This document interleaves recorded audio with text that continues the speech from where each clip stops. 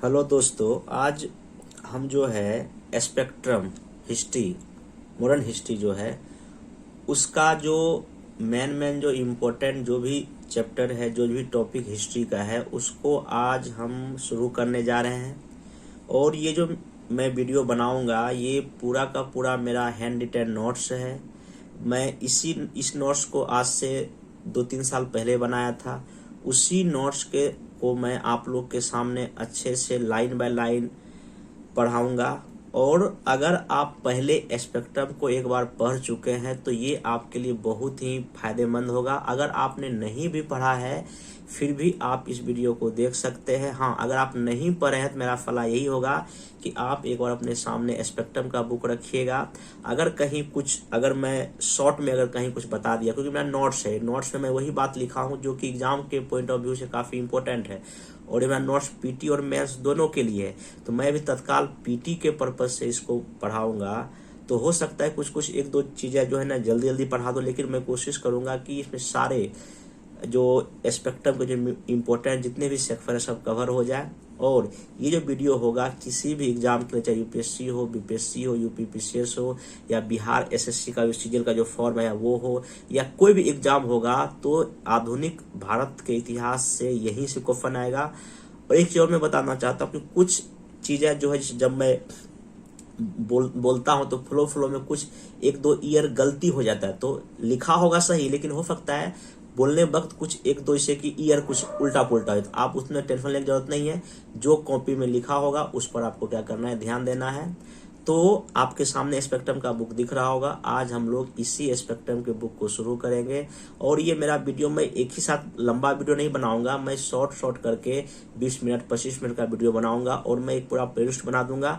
आप उसी प्लेलिस्ट में जाके सारे वीडियो को क्या कर सकते हैं, देख सकते हैं। और यकीन मानिए कि जो ये मेरा नोट्स है इसमें जितना भी मैं अभी तक पीटी दिया हूँ सब मैं इसी नोट्स से पढ़ा हूँ, और ये एक बेहतरीन नोट्स है। हाँ, एक बात अलग है कि ये मेरा हैंड रिटन नोट्स है, इसमें कुछ बातें मैं डायग्राम के थ्रू लिखा हूँ या कुछ शॉर्ट में लिखा हूँ। तो मैं जब एक्सप्लेन करूंगा तो मैं सारी बात बताऊंगा कि आखिर वो क्या लिखा हुआ है। तो चलिए सबसे पहले हम शुरू करते हैं इस चैप्टर का। इस जो बुक का जो पहला जो है, चूंकि आपको पता होगा कि इसमें पहला है यूरोपीय कंपनी का आगमन। हमारे देश में आधुनिक भारत का जो इतिहास जो होता है यूरोपीय कंपनी आगमन से ही किसी बुक में स्टार्ट होता है।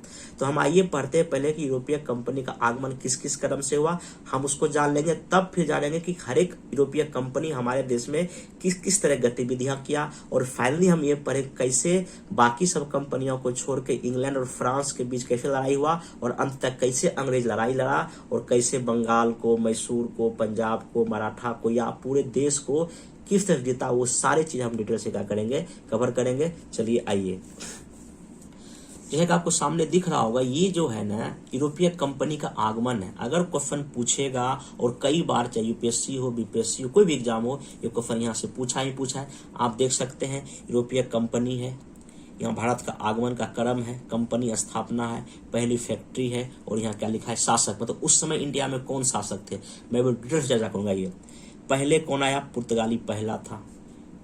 कब आया, 1498 में आया। पहली फैक्ट्री कब खोला, 1503 में। कहाँ खोला, कोच्चि में।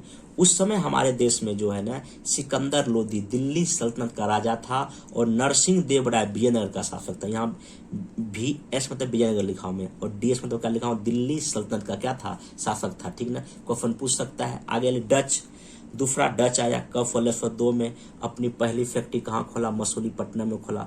और जब डच आया, देखिए 1602 में आ रहा है, और इस समय अकबर हमारे देश में क्या था, राजा था, स्थापना समय, और बाद में जहांगीर भी बना। ठीक है। अंग्रेज तीसरे नंबर पर आया, 1600 में आया। 1608 में सूरत में पहली बार ये फैक्ट्री खोलने का प्रयास किया था, बट 1608 में सूरत में नहीं खोल पाए थे, लेकिन 1611 में मछलीपट्टनम में पहला फैक्ट्री खोला। फिर पुनः 1813 में अस्थायी तौर पे सूरत में खोला था। आप ये ध्यान रखिएगा, यहाँ 1608 से गलती हो गया है, यहाँ एक्चुअल में 1613 होगा सूरत में। लेकिन पूर्वी तट पर अगर पूछेगा पहला फैक्ट्री अंग्रेज ने कहाँ खोला, वो आप 1611 मानना, कहाँ, मसूलीपट्टनम में। 1618 में सूरत में खोलने का प्रयास किया गया लेकिन सफल नहीं हो पाया था। फाइनली जो अस्थायी कोठी जो सूरत में कब खोला, 1613 में। यहाँ पर मिस हो गया, आप इसको ध्यान रखिएगा। उस समय राजा कौन था, अकबर और जहांगीर से मुगल साम्राज्य का था। चौथा आया डेनिस, 1616 में आया। और ये ट्रैवरकोर तमिलनाडु अपना पहला फैक्ट्री खोलता है। और अंतिम था फ्रांसीसी पांचवा 1664 में, 1668 में ये फैक्ट्री खोला। और पहला कहाँ खोला? सूरत में। आप ये ध्यान में रखिएगा। अब हम आते हैं कि पुर्तगाली कंपनी का मेन एक्टिविटी क्या था। सबकी हम अलग अलग गतिविधि क्या करेंगे, पढ़ेंगे। तो अब आइए पुर्तगाली का हम इम्पोर्टेंट गतिविधि भारत में देखते हैं। सबसे पहली बात यहाँ देख लीजिए, 17 मई 1898 को वास्को डी गामा भारत आया था। एक यात्री था अब्दुल मजीद, इसको आने में क्या किया था? मदद किया था। ये बात ध्यान रखना है। ये जो है ना कालीकट के तट पे आया था। जो वहाँ के राजा कौन थे? जमोरिन थे। उन्होंने वास्को डी गामा क्या किया था? स्वागत किया था। आगे देखिए इसमें क्या हुआ अगला घटनाक्रम। फ्रांसिस्को डी अल्मेडा ये गवर्नर बन के आया 1505 में। ये प्रथम गवर्नर था किसका? पुर्तगाली का। मैं फिर बोल रहा हूँ कि मैं शॉर्ट में जो पीटी के पॉइंट ऑफ व्यू से काफ़ी इम्पोर्टेंट है वही मैं डिस्कस करूँगा, क्योंकि स्पेक्ट्रम में काफ़ी डिटेल से बातें लिखी गई है। अगर आपको बहुत डिटेल में पढ़ना है, एक बार आप स्पेक्ट्रम को इसे रीड कर सकते हैं। और ये पूरा मेरा समझ एक निचोड़ है, पूरा डिटेल में नहीं बताऊंगा कि एक लाइन में नहीं पढ़ाऊंगा, सिर्फ ये मेरा शॉर्ट में है जो कि आपके पीटी के पॉइंट ऑफ व्यू से बहुत ही इंपॉर्टेंट है, रिवीजन करने के पर्पज से बहुत ही इंपॉर्टेंट है। और ये बहुत ही अच्छी बुक है स्पेक्ट्रम, इससे बाहर को एग्जाम नहीं आता है। चलिए नेक्स्ट आइए। फ्रांसिस्को डी अल्मेडा वही गवर्नर आया पहला बन के। उसके बाद ये जो फ्रांसिस्को डी अल्मेडा इसलिए फेमस, इन्होंने लाया था ब्लू वाटर पॉलिसी। ये ध्यान रखिएगा, ब्लू वाटर पॉलिसी किसने लाया था? फ्रांसिस्को डी अल्मेडा लाया था। मतलब कि ये हिंद महासागर क्षेत्र में ये नीति लाया था, ध्यान रखिएगा। अगला आया अल्फांसो डी अल्बुकर्क। ये था द्वितीय गवर्नर, लेकिन ये वास्तविक संस्थापक यही था। अल्मेडा उतना अधिक कुछ नहीं कर पाया, लेकिन वास्तविक कौन था? अल्बुकर्क था, ये ध्यान रखिएगा। और अल्बुकर्क ने ही हिंदू महिला से विवाह करने की नीति भी क्या की थी? अपनाई थी, ये भी ध्यान रखिएगा। और यही अल्बुकर्क जो है ना गोवा पर कब्जा किया, किसके लेकर? बीजापुर से लेकर, ध्यान रखिएगा। और इसी पुर्तगाली ने ही कार्टेज व्यवस्था लाया था। पुर्तगालियों ने क्या लाया था? कार्टेज सिस्टम लाया था।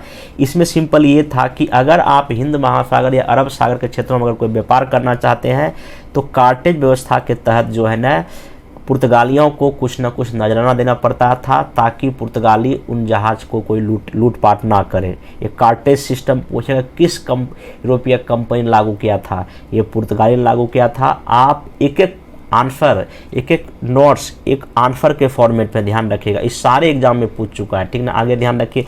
अगला जो इसमें एक था आपका ये वेडोर दा फजेंडा, ये तो राजस्व और कार्गो के लिए जिम्मेदार था, छोड़िए इतना इंपॉर्टेंट नहीं है। नीनो डा कुन्हा ये 1529 में आया। इसने अपना मुख्यालय कोचीन से कहाँ बनाया? गोवा। देखिए कोची से कहाँ बनाया? गोवा बना लिया। किसने? नीनो डा कुन्हा ने। फिर देखिए एक और इम्पोर्टेंट घटनाक्रम है, पुर्तगाली को ही, अब देखिए पुर्तगाली को ही जो है ना अकबर जो है ना धार्मिक चर्चा हेतु क्या फतेहपुर सिकरी बुलाया था। और देखिए ये कब का घटनाक्रम है? 1505 के आसपास घटनाक्रम है। चलिए ध्यान रखिएगा। आगे देखिए यहाँ पे जो है ना तो अकबर बुलाता है। आगे ध्यान रखिएगा जब अकबर कब था? 1600 ईस्वी के आसपास था, ध्यान रखिएगा, तो उसमें बोला था। आगे देखिए वही तो इसमें आपको पुर्तगाली में आपको इतना ही ध्यान रखना है। मेन फ्रांसिस्को डी अल्मेडा पहला गवर्नर, वास्तविक कौन था? अल्फांसो डी अल्बुकर्क था। Blue water policy Francisco de Almeida ने अपनाया था। कार्टेज सिस्टम पुर्तगाली ने लागू किया था। बस इतना आपको ध्यान रखना है, और इसमें आपको और कुछ पूछने का चांस नहीं है। अगला आइए डच के बारे में थोड़ा बहुत आप जान लीजिए। डच का कहानी सिर्फ यूँ है थोड़ा बहुत कि डच लोग जो है फ्लूट शिप से आया था। इस जहाज़ का नाम है फ्लूट शिप से आया था, ठीक नहीं, शिप का नाम था। और ये कब आया? 1602 में आया। खाली इतना ध्यान रखिएगा। उसके बाद देखिए सबसे मोस्ट इम्पोर्टेंट क्वेश्चन कि जो है ना बेदरा के युद्ध में 1559 में अंग्रेज से हुआ और डच की शक्ति क्या हो गई थी? खत्म हो गई थी। इससे अभी तक यही क्वेश्चन पूछा। हाँ, अगर और कुछ जानना हो तो पहली यात्री कौन था? कार्लेयन हाउटमैन था, ध्यान रखना है। पहली कोठी डच ने कहाँ खोला? मछलीपट्टनम में खोला, बस इतना ध्यान रखना। दूसरा कहाँ था इसका कोठी? पुलिकट में था। कहाँ था? पुलिकट में था। अगर आपको अधिक जानने का शौक है तो आप इतना जान सकते हैं। आइए अब सबसे मोस्ट इंपॉर्टेंट अंग्रेज ईस्ट इंडिया कंपनी जिसको कहते हैं, ठीक ना। आइए अंग्रेज ईस्ट इंडिया कंपनी का स्थापना 1600 ईस्वी में हुआ था, ध्यान रखिएगा। 1 दिसंबर है। और उस समय वहाँ की रानी कौन थे? एलिजाबेथ प्रथम। ये भी क्वेश्चन कई बार पूछ चुके, उस समय की रानी कौन थी? एलिजाबेथ प्रथम, ठीक ना। इसको जो ईस्ट इंडिया कंपनी को पहले 15 साल के लिए दिया गया था आज्ञा पत्र, लेकिन बाद में 1609 में इसको अनंत काल के लिए क्या कर दिया गया था? बढ़ा दिया गया था। ध्यान रखिएगा, ईस्ट इंडिया कंपनी जो है ना एक प्राइवेट कंपनी थी, इसमें 24 निर्देशक थे, ध्यान रखिएगा, सबका इसमें शेयर था। अब आइए मेन फैक्ट जो एग्जाम में आएगा। विलियम हॉकिंस जहांगीर के दरबार में आया था कब? 1609 में, लेकिन ये उस समय सूरत में फैक्ट्री लगाने का आज्ञा प्राप्त नहीं कर पाया था, ध्यान रखिएगा। फिर 1603 में अंग्रेज ने सूरत में अस्थाई कोठी क्या किया? स्थापित किया, ये ध्यान रखिएगा। नेक्स्ट फिर आया थॉमस रो 1615 में जहांगीर के दरबार में आया। फिर दोबारा हॉकिंस तो पहले आ गया था 1609 में। तो ध्यान रखिए ये दोनों जो आदमी था थॉमस रो हॉकिंस, ये जेम्स प्रथम का क्या था? राजदूत था, ध्यान रखिएगा।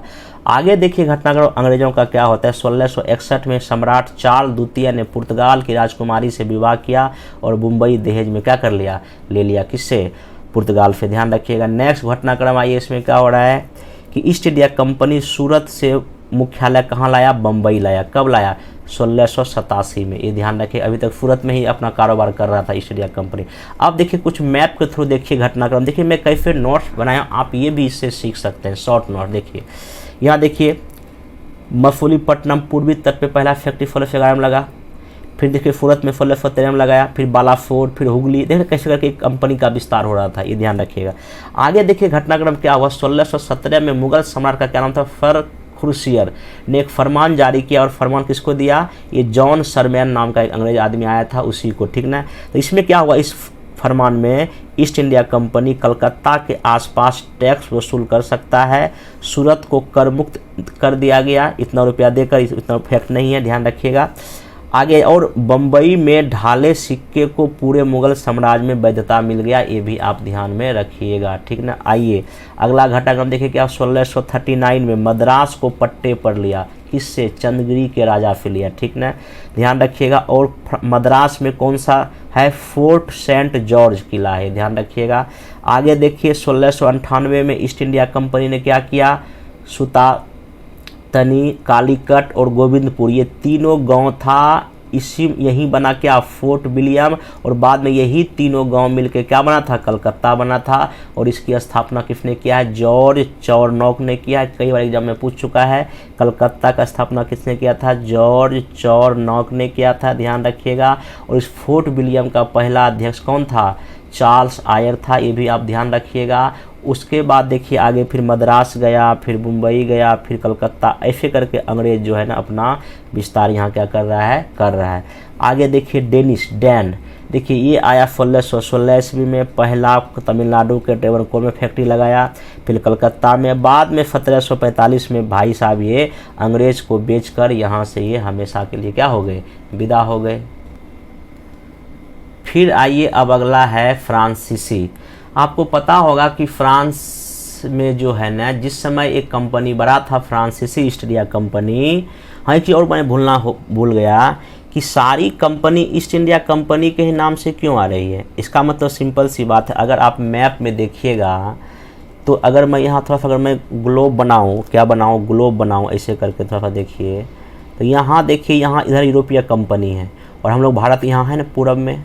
तो यहाँ से अगर कोई देखेगा पश्चिम से तो हम लोग पूरब ही है ना, इसलिए सब के नाम में ईस्ट इंडिया कंपनी लगाई, ध्यान रखिएगा। आइए ध्यान रखिए।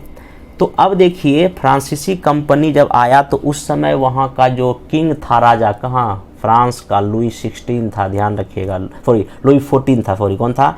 लुई 14 था, ठीक ना। लुई 16 के समय फ्रांस में क्रांति हुआ था 1789 में, उसके बाद ही वहाँ नेपोलियन का राज आया था, ठीक ना।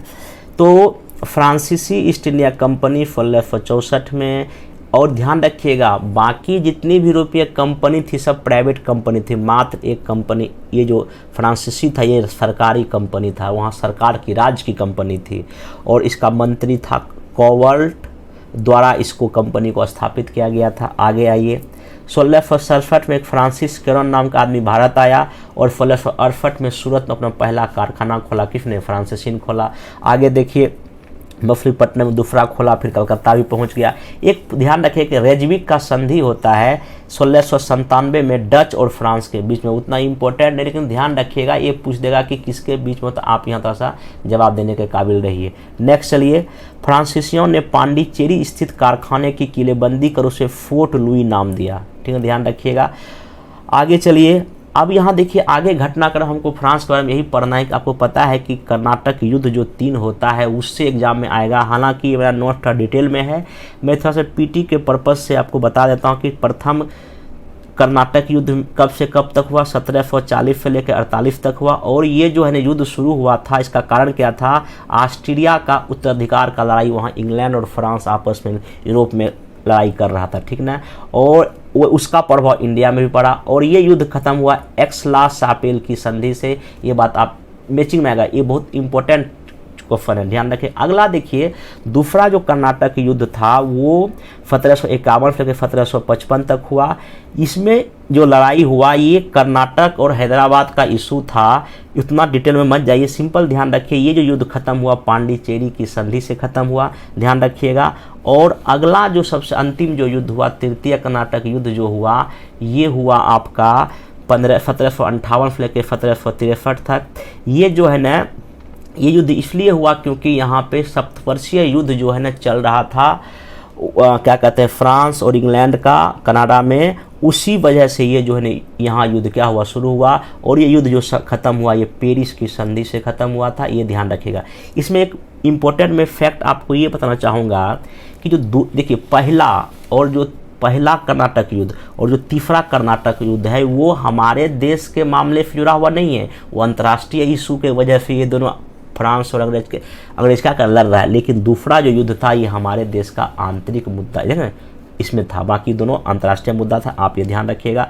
एक और इसमें ध्यान रखने की ज़रूरत है कि एक बांडीबास का युद्ध होता है, बहुत फेमस ये क्वेश्चन होता है, ये इंग्लैंड और फ्रांस के बीच होता है, ये आप ध्यान रखिएगा। और यहीं पर आपको मैं बता देता हूँ, देखिए यहाँ मैचिंग आता है, देखिए 1757 में हुआ पलासी का युद्ध, 1759 में हुआ बेदरा का युद्ध, और 1760 में हुआ आपका कौन सा युद्ध, बांडीवास का युद्ध। और याद कीजिए 1761 में होता है पानीपत का युद्ध। अगर ये क्रम लगाने पूछ देगा तो बहुत बच्चे कंफ्यूज हो जाते हैं, तो मैं आपका ये कन्फ्यूजन आज दूर कर दिया।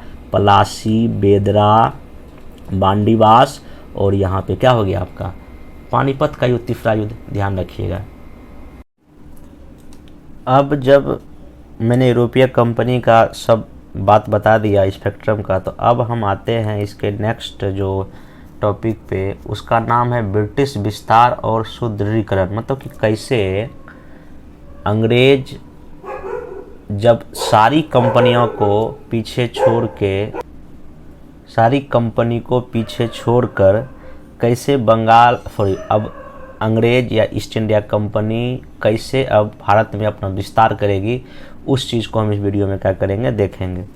अब आइए, पहला है बंगाल। आपको पता है कि 1707 में औरंगजेब की मृत्यु हो गई थी, और उस समय मुगल का एक सूबा था, प्रांत था, कौन, बंगाल। और यहाँ नवाब होते थे, बंगाल में कौन होता था, नवाब। तो 1700 ईस्वी में मुर्शिद कुली खां जो है नवाब बना, और ये 1727 तक रहा। उसके बाद इसके मरने के बाद कुछ दिन के लिए सुजा नाम का आदमी था, वो बना। अब फिर उसके बाद 41 से लेके 1756 तक जो है ना अलीवर्दी खां जो है ना बंगाल का क्या बना, नवाब बना। दिक्कत देखिए आगे यहाँ क्या हुआ बंगाल में, अलीवर्दी खां 1756 में जब ये मर गया तो उसकी 3 बेटी थी, तीनों बेटी में ही आपस में जब उत्तराधिकार का लड़ाई हुआ तो इसमें एक छोटी बेटी का एक बेटा का नाम था सिराज उद्दौला, वो जो है ना बंगाल का क्या बना, नवाब बना, ठीक ना। बाकी जो और एक बेटी थी उसका नाम था घसीटी बेगम, तो इसके खिलाफ हो गई, किसके, सिराज उद्दौला के खिलाफ हो गई।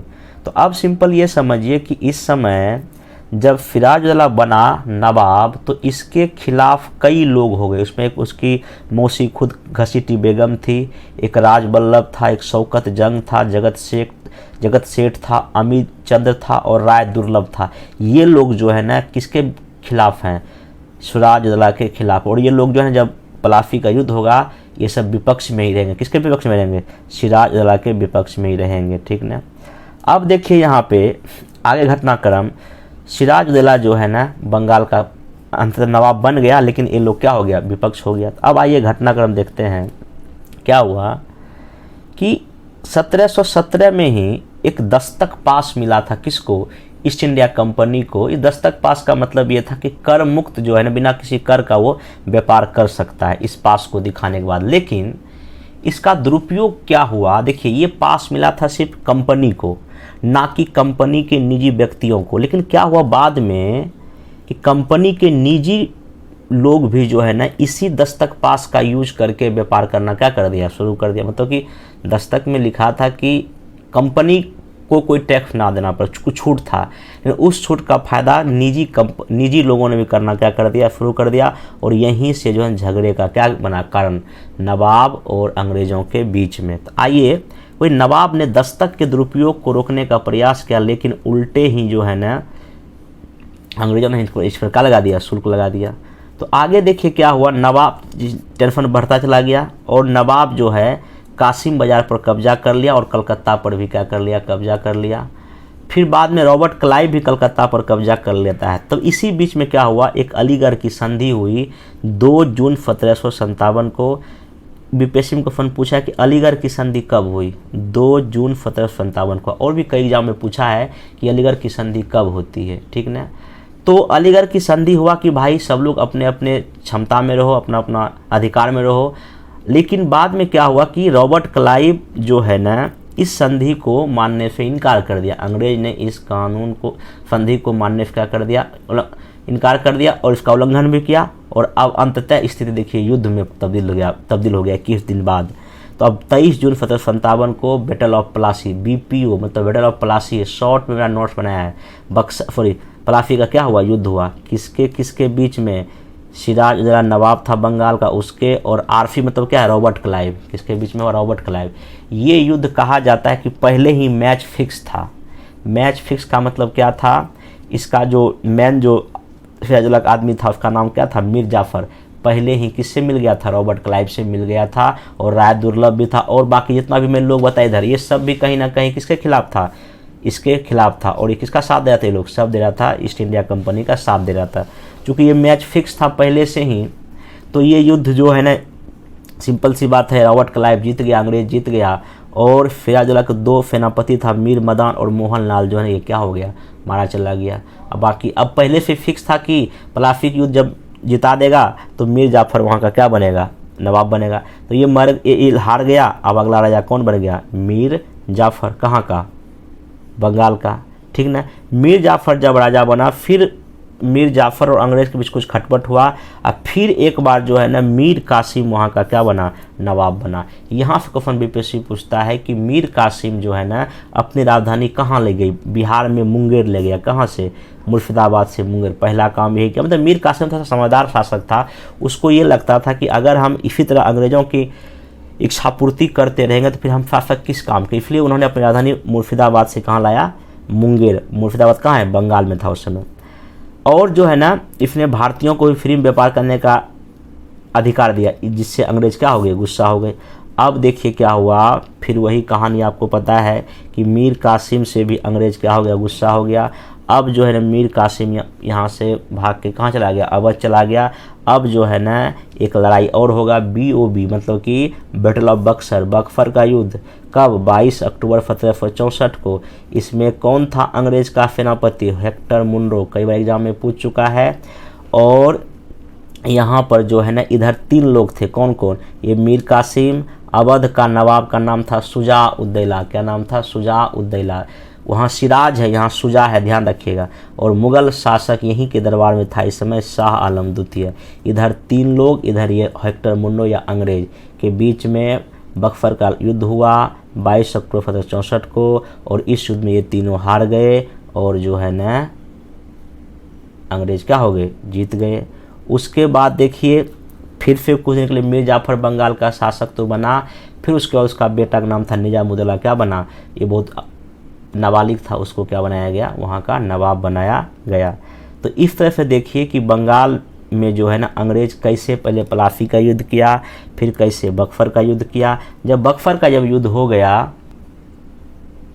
तो 2 संधि हुआ। एक संधि हुआ इलाहाबाद की फर्स्ट संधि, बीपीएससी और कई एग्जाम में क्वेश्चन पूछ चुका है। ये फर्स्ट संधि हुआ शाह आलम द्वितीय, ये कौन है, मुगल का राजा है, और रॉबर्ट क्लाइव के बीच में हुआ, ठीक ना। यहाँ पे कंपनी को बंगाल, बिहार, उड़ीसा की क्या प्राप्त हुई, दीवानी प्राप्त हुई। और दूसरा संधि हुआ इलाहाबाद की दूसरी फुजाउद्दौला जो अवध का नवाब था, ये हुआ 16 अगस्त 1765 को संधि हुआ।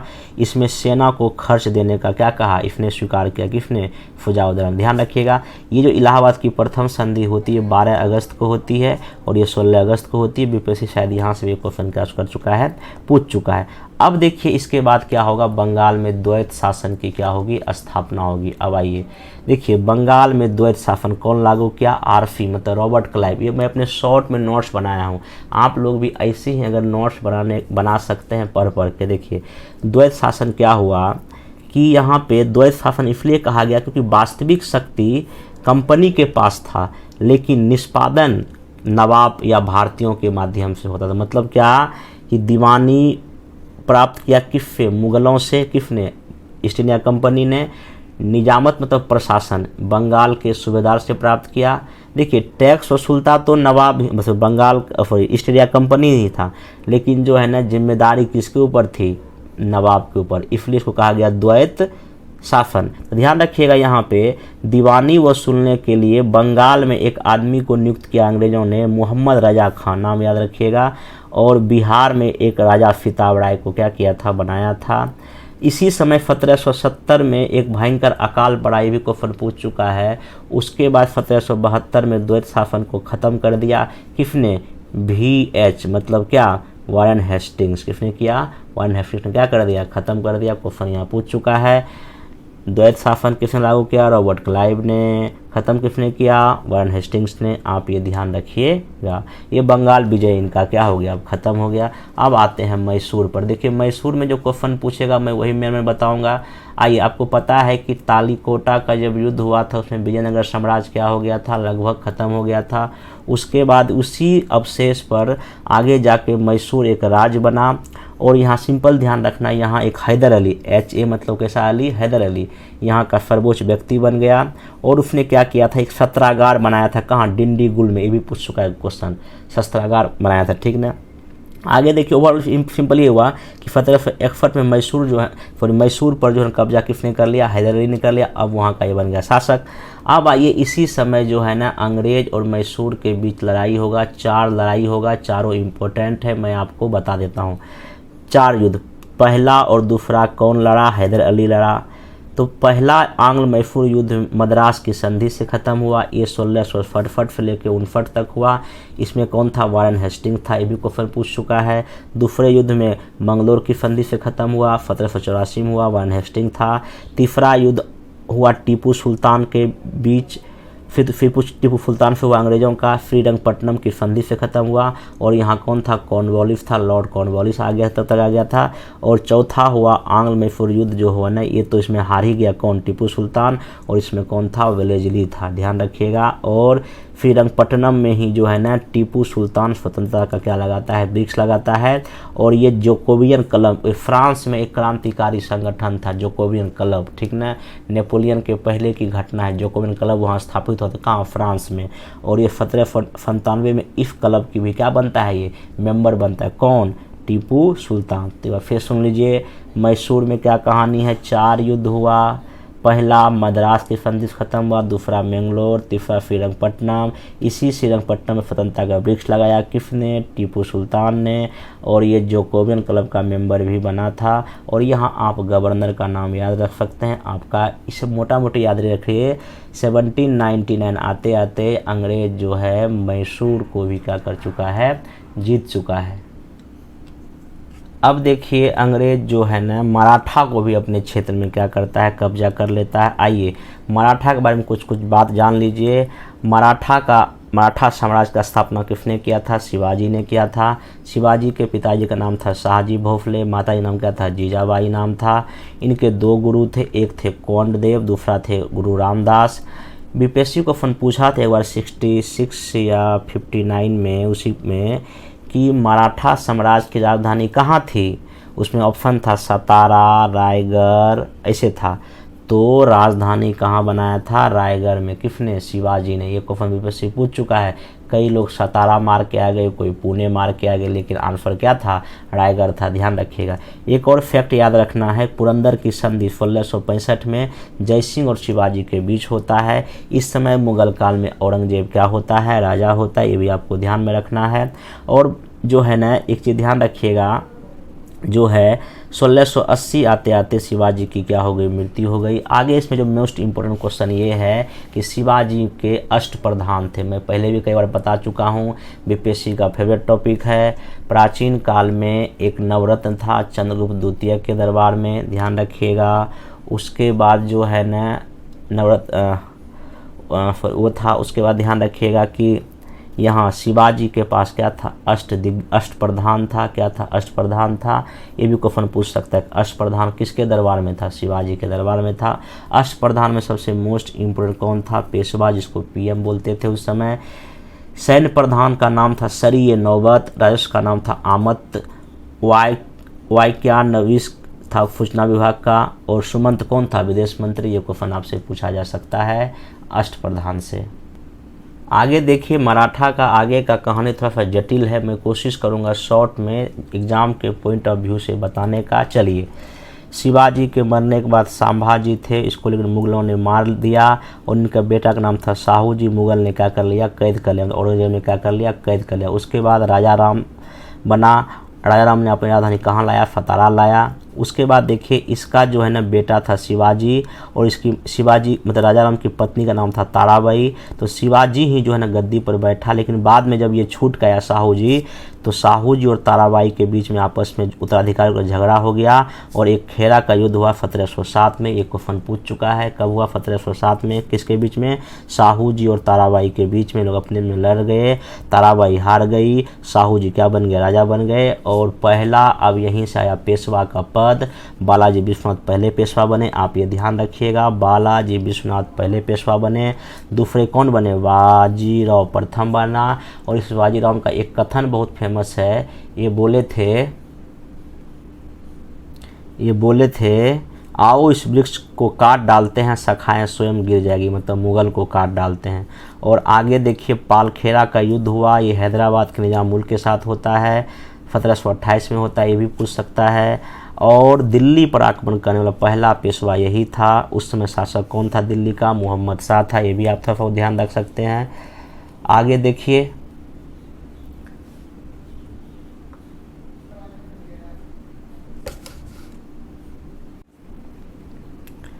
अब इसके बाद जो है ना अगला जो पेशवा बने उसका नाम था बालाजी बाजीराव। इनको नाना साहब के नाम से भी जानते हैं, ये ध्यान रखिएगा।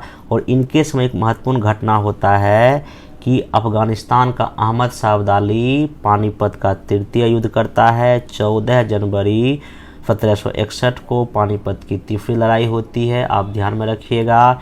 इसमें मराठा की तरफ से कौन थे? फदासी भाऊ थे सेनापति, और तोप कौन चला रहे थे? इब्राहिम खां गर्दी नाम था। और इसमें क्या होते? मराठा हार जाते हैं, ये बात आप ध्यान में रखिएगा। और इसके बाद जो है ना, इसी युद्ध के बाद जो है ना मराठा की शक्ति लगभग ख़त्म हो गई। हालांकि मराठा के पास ये क्षमता थी कि वो पूरे भारत पर कब्जा कर सके, लेकिन इस युद्ध के बाद उनकी स्थिति खराब हो गई। अब जो है ना आगे घटनाक्रम देखिए क्या होगा कि ये भी बालाजी बाजीराव जो है ना, ये जो हार का सदमा बर्दाश्त नहीं कर पाए, आगे ये मर गए। उसके बाद अगला बनेगा कौन? माधवराव। अब यहाँ समझिए थोड़ा सा क्या हुआ कि इसी समय जो है ना मराठा एक संघ बना। क्या बना? मराठा क्या बना? संघ बना, जो आपसे क्वेश्चन एग्जाम में पूछ सकता है। देखिए, मराठा संघ में कितने थे ये आपसे पूछ सकता है। ये देखिए, बड़ोदरा में गायकवाड़ थे, इंदौर होलकर के थे, नागपुर भोसले, ग्वालियर में सिंधिया और पूना में कौन रहा, पेशवा। ये 5 संघ है। मैचिंग पूछता है, बड़ोदरा गायकवाड़, इंदौर होलकर, नागपुर भोसले और ग्वालियर में सिंधिया लोग थे। ये बात आप इसमें क्या रख सकते हैं, ध्यान रख सकते हैं। उसका देखिए और भी इसमें कई सारी घटनाएं होती है, मैं कुछ आपको मेन इम्पोर्टेंट बता देता हूँ। इसके बाद जब ये जो बाजीराव जब मर गए तो उसके बाद माधवराव बने। माधवराव भी कुछ देर बाद मर गए। मरने के बाद जो है लड़ाई झगड़ा शुरू हो गया पेशवा को बनने के लेके। इसी में क्या हुआ ना, एक रघुनाथ थे और एक नारायण थे। तो नारायण जो इसकी मृत्यु के बाद जो रघुनाथ बनना चाहते थे पेशवा, लेकिन बन नहीं पाए। और ये जो है ना, तब ये रघुनाथ जो है ना अंग्रेज़ों से जो है ना दोस्ती कर लिया और एक संधि हुआ, सूरत की संधि। इसलिए क्या कि ताकि जो है ना पेशवा बनने में अंग्रेज इसकी क्या करे, मदद करे। ये ध्यान रखें, सूरत की संधि कब हुआ, 1775 में हुआ, ये ध्यान रख सकते हैं। उसके बाद और भी कई सारा संधि इससे संबंधित है, जैसे कि एक बड़गांव की संधि होता है मराठा अंग्रेज के बीच में। एक सालवाई की संधि भी बहुत इंपॉर्टेंट है, 1782 में क्या होता है, मराठा ही लोग करता है। ये आप कुछ संधि जो है ना इस मराठा काल में देख सकते हैं। और फाइनली देखिए, मराठा जब ये लोग आपस में पेशवा सब लड़ रहे हैं अपने पद के लिए, तो यहाँ गुटबंदी हो गया और अब यहाँ 2 आंग्ल मराठा युद्ध होगा, 3 आंग्ल मराठा युद्ध होगा। आप सिर्फ युद्ध को देख लीजिए। पहला आंग्ल मराठा युद्ध लगभग 1775 से लेकर 1782 तक हुआ। इसमें जो ये जो युद्ध खत्म हुआ, ये हुआ अंतिम में सालवाई की संधि हुआ था 1782 में, ये ध्यान रखिएगा। आगे देखिए, दूसरा युद्ध फिर हुआ। क्या हुआ, दूसरा युद्ध हुआ 1803 से लेकर 1805 तक के आसपास हुआ, ठीक ना, ये ध्यान रखिएगा। और तीसरा युद्ध देखिए 1817 से लेकर 1900 तक 1817 से लेकर 1819 तक होता है। और इस समय लगभग सारा ये पेशवा को ये लोग हरा देता है, सारे संघ को हरा देता है और पेशवा पद भी क्या हो जाता है, ख़त्म हो जाता है। मतलब कि अब पूरा मराठा भी किसके कब्जे में आ गया, अंग्रेज़ों के कब्जे में आ गया, ठीक ना। अब देखिए इसमें जो है ना कुछ कई सारे इसमें संधियाँ होता है। तो क्वेश्चन अगर पूछेगा कभी ना, तो मैं कुछ संधि इंपॉर्टेंट और बता दीजिए। एक है देवगांव की संधि हुआ था कंपनी वर्सेस भोसले के बीच में। एक फुरज्जी अर्जन की संधि हुआ था, एक कंपनी वर्सेस सिंधिया के बीच हुआ था। एक और था राजपुर घाट की संधि, ये कंपनी वर्सेस होलकर के बीच हुआ। देखिए सब कंपनी है, ये ऊपर से संधि है, ये सब जो मराठा और कंपनी के बीच में हुआ है, ठीक ना। तो अब इसमें मेनली देखिए कुछ चीज़ें आपको याद रखना अंतिम में, कि यहाँ पेशवा से अगर कोई क्वेश्चन पूछा तो पेशवा आप जवाब दे सकते हैं, ठीक ना। फिर कुछ संधि, जैसे सालवाई की संधि डेट याद रखिए कब हुआ, ठीक ना। सूरत की संधि का डेट आप याद रख सकते हैं। यहाँ जो खेरा का युद्ध हुआ 1707 में, आप ये थोड़ा याद रख सकते हैं। ये सब कुछ घटनाक्रम इसमें याद रख सकते हैं और आपका मराठा से क्वेश्चन जो है ना नहीं छूटेगा। एक मोटा मोटी ध्यान यही याद रखना है कि जो है ना 1820 लगभग 1820 आते आते जो है ना अंग्रेज क्या किया, मराठा को भी क्या कर लिया, जीत लिया। और ये क्वेश्चन बनाने में आपको एग्जाम में काफ़ी क्या देगा, मदद देगा। चलिए आगे चलते हैं। अब आगे आते हैं, इसमें सिख का हम लोग पढ़ते हैं, कैसे सिख को जो है ना अंग्रेज़ों ने क्या किया, अपने कब्जे में किया। देखिए पहली बात आपका सिख का मैं थोड़ा सा और बैकग्राउंड पढ़ा देता हूँ। सिख जो है ना गुरु नानक इसके पहले थे, ठीक है, आपको पता होगा। और ये गुरु नानक जो है ना पहले क्या थे, गुरु थे। और इस समय इनके कौन थे, आपके समकालीन बाबर और हुमायूं को ये क्या थे, समकालीन थे, पहले थे, ध्यान रखना है। लंगर स्टार्ट इन्होंने किया था। इनकी मृत्यु 1538 में कहाँ हुआ, करतारपुर में हो गया। दूसरे गुरु कौन बने, गुरु अंगद बने। इन्होंने लंगर व्यवस्था को कर दिया क्या, परमानेंट कर दिया। इन्होंने गुरुमुखी लिपि से इन्होंने कविता लिखा, ये ध्यान रखिएगा, या लिपि शुरू किया, ये भी ध्यान रख सकते हैं। अगला बने गुरु अमरदास। इन्होंने हिंदू से अलग विवाह पद्धति लागू किया, ठीक ना। अकबर के ये भी क्या थे, समकालीन थे, ध्यान रखिएगा। अगला रामदास बने चौथा। इन्होंने अमृतसर की क्या किया, स्थापना किया और जलाशय बनाया, ध्यान रखिएगा। अगला है अर्जुन गुरु। ये गुरु पद पैतृक हो गया, अब क्या हो गया, पैतृक हो गया। इन्होंने आदि ग्रंथ की रचना किया। इसमें क्या लिखा गया है, गुरु नानक के उपदेश लिखा गया है। इस आदि ग्रंथ में और भी कुछ बातें हैं, जैसे कबीर के बारे में, कबीर का दोहा है, रैदास का है और नामदेव का भी है, और खुद गुरु नानक की रचना है। क्वेश्चन यूपीएससी पूछा आदि ग्रंथ में किसकी रचना है, कबीर का भी, रैदास का भी, नामदेव महाराष्ट्र के थे और गुरु नानक की रचना भी है। और हरमंदिर साहब निर्माण जलाशय के बीच में यही कराए थे। जलाशय कौन बनाया था, रामदास से, लेकिन मंदिर जो बना है ये अमृतसर का जो मंदिर है, ये हरमंदिर साहब निर्माण इन्होंने ही कराया, ठीक ना। आगे देखिए 1606 में जहांगीर ने इनको मरवा दिया, ठीक ना, ध्यान रखिएगा। अगला बने कौन, हरगोविंद। अकाल तख्त की स्थापना किया या सैन्य गुट बनाया इन्होंने, और अमृतसर की क्या किया, किलेबंदी किया था। अगला थे हर राय, उतना इम्पोर्टेंट नहीं है। अगला थे हरकिशन, इसको औरंगजेब ने मरवा दिया था, ध्यान रखना है। अगला था GTV गुरु तेग बहादुर, इसको भी औरंगजेब ने क्या कर दिया, मरवा दिया था। अगला था गुरु गोविंद सिंह, GGS गुरु गोविंद सिंह, ये 10वें गुरु थे, ध्यान रखिएगा। इनका जन्म कहाँ हुआ, 1666 में पटना में हुआ, ये बात ध्यान रखिएगा। ये 5 काकर का इन्होंने ही बोला था सिख भाई लोग को रखने के लिए, ठीक ना। आगे देखिए इन्होंने ही सिंह नाम दिया रखने के लिए सिख भाई लोग को, ठीक ना। इनका निवास कहाँ था, आनंदपुर साहिब में था। खालसा पंथ की इन्होंने स्थापना किया था, ये क्वेश्चन कई बार पूछा है। खालसा पंथ किसने स्थापना किया है, गुरु गोविंद सिंह ने, ठीक ना। और पाहुल प्रणाली इन लोग का एक होता है, इन्होंने ही लाया था। और आदि ग्रंथ को इन्होंने आधुनिक रूप क्या किया था, दिया था, ये बात ध्यान रखिएगा। और इनको 1708 में इनकी हत्या हो जाती है, ये ध्यान रखिएगा। गुरु गोविंद सिंह के मरने के बाद हालांकि गुरु पद तो खत्म हो गया, वो अंतिम गुरु थे, लेकिन उसके बाद बंदा बहादुर सिखों का नेतृत्व किए। लेकिन फर्रुखसियर ने इन बंदा बहादुर को भी क्या कर दिया, मरवा दिया। इसकी मृत्यु के बाद क्या हुआ ना, सिख जो है ना 12 मिसल मतलब 12 दल में बट गया। क्वेश्चन पूछा है सिख कितने मिसल में बट गया, 12 मिसल या 12 दल में बट गया। और सबसे प्रमुख मिसल था ये रंजीत सिंह, राणा रंजीत सिंह का था। ये सुकरचकिया मिसल के थे, कई बार एग्जाम में पूछ चुका है। सुकरचकिया मिसल के कौन थे, रंजीत सिंह थे। अब आइए रंजीत के बारे में कुछ पढ़ लेते हैं। रंजीत सिंह ने अपनी राजधानी कहाँ बनाई, लाहौर। लाहौर इनकी राजनीतिक राजधानी थी। कई बार UPPCS UPSC BPSC पूछ सकती है, पूछी भी है। और अमृतसर इनका कौन सा राजधानी था, धार्मिक राजधानी था, ध्यान रखिएगा। आगे देखिए राजा रंजीत सिंह और अंग्रेज़ों के बीच संधि होता है कि आप अपना अपना विस्तार कीजिए, किसी दूसरे क्षेत्र में आप मत जाइए। अमृतसर की संधि होता है 1809 में, ध्यान रखिएगा।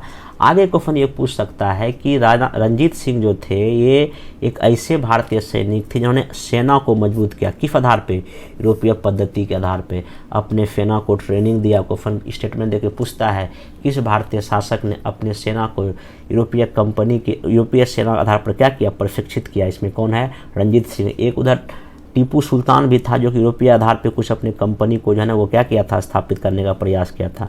लेकिन इनकी क्या होती है, 1829 में इनकी मृत्यु हो जाती है। और इनकी मृत्यु के बाद जो है ना बहुत ही स्थिति खराब हो गई। और इनका एक उत्तराधिकारी कौन बने, खड़ग सिंह इनके क्या बने, उत्तराधिकारी बने, ध्यान रखिएगा। अब यहाँ देखिए अब पंजाब पर जो है ना गलत निगाह किसकी हो गई, अंग्रेज की हो गई। अब देखिए 2 युद्ध होगा पंजाब के साथ। पहला होगा 1845 लेकर 46 के बीच में, लॉर्ड हॉर्डिंग इसमें गवर्नर रहता है। ये युद्ध हुआ लाहौर की संधि से खत्म हुआ। ये इसमें राजा कौन थे, राजा दिलीप सिंह थे, ध्यान रखिएगा, ठीक ना। और इसमें एक भैरोबाल की भी संधि होता है, ये भी ध्यान रखिएगा। अगला है दूसरा युद्ध हुआ 1848 से लेकर 49 में, इसमें कौन था, लॉर्ड डलहौजी था। और 1850 आते आते अब जो है ना अंग्रेज जो है ना इस पंजाब के इलाके को भी क्या कर लेता है, जीत लेता है। आप ये ध्यान रखिएगा, ठीक ना। अब देखिए अंग्रेज जो इतना कुछ जीत रहा है इसके पीछे कुछ नीति थी, उनकी कुछ पॉलिसी थी, ये भी क्वेश्चन पूछ चुका है। एक पॉलिसी है घेरे की नीति, ये कौन लाया था, वारन हेस्टिंग्स। VH मतलब क्या, वारन हेस्टिंग्स। इसमें क्या करता था, वो बफर जोन बनाता था। जैसे कि मान लीजिए कि बफर जोन अगर चाइना है, इधर अभी बीच में नेपाल है, इंडिया क्या है, इधर इंडिया है, ये बीच में नेपाल क्या है, बफर जोन है। तो यही क्या है, इसने घेरे की नीति कहा गया। वारन हेस्टिंग्स ने लाया, बफर जोन बनाया। अगला था मोस्ट में सहायक संधि। इसके तहत क्या होता था, कुछ कुछ देसी राजाओं के साथ अंग्रेज सहायक संधि कर लेता था। इस संधि के तहत अंग्रेज ये कहता था कि हमारे साथ आप ये संधि कर लीजिए, हम आपकी रक्षा करेंगे, हमारे सैनिक आपके साथ ही राज्य में रहेंगे, आप उनका खर्चा उठाओगे। मतलब कहीं ना कहीं अब एक तरह से आफृत कर दिया किसने, अंग्रेजों ने, इन देसी रियासतों या नवाबों को, ठीक ना। तो सहायक संधि लाया था कौन, जो है ना, ये जो है ना आपका लॉर्ड वेलेस्ली जो है ना, LV मतलब लॉर्ड वेलेस्ली लाए थे। हालांकि पहली बार इंडिया में सहायक संधि का प्रयोग जो है डुप्ले किया था, फ्रांसीसी सेनापति था। क्वेश्चन BPSC पूछ चुका है, सहायक संधि लागू करने वाला पहला कौन यूरोपीय शासक था, तो डुप्ले था, ध्यान रखिएगा। सहायक, लेकिन वास्तविक रूप दिया इसने किसने, ये आपका लॉर्ड वेलेस्ली ने दिया, ठीक ना। सहायक, लॉर्ड वेलेस्ली, सहायक, ठीक ना, ध्यान रखिएगा। आगे देखिए इसमें सहायक संधि के तहत इसने किसको किसको अपने कब्जे में लिया, हैदराबाद पहला था, मैसूर, तंजौर, अवध, पेशवा, भोसले, सिंधिया, जोधपुर। ध्यान रखिएगा। एक और था व्यक्तिगत का सिद्धांत, इसको होता है डॉक्ट्रिन ऑफ लैप्स, ये लाया था लॉर्ड डलहौजी। एलडी मतलब क्या, लॉर्ड डलहौजी। तो इसमें सीधे उसको अपने में ये राज्य में मिला लेता था। पहला कौन था, सतारा, जैतपुर, संभलपुर, बघाट, झांसी, ये सबको ना व्यक्तिगत के सिद्धांत के तहत क्या किया गया था, मिलाया गया था। और यहाँ से एक क्वेश्चन तो हमको लगता है कन्फर्म है, किसी भी एग्जाम में क्रम पूछेगा, पहला सहायक फंदी हैदराबाद, व्यक्तिगत सिद्धांत पहला सतारा, ये आप ध्यान रखिएगा।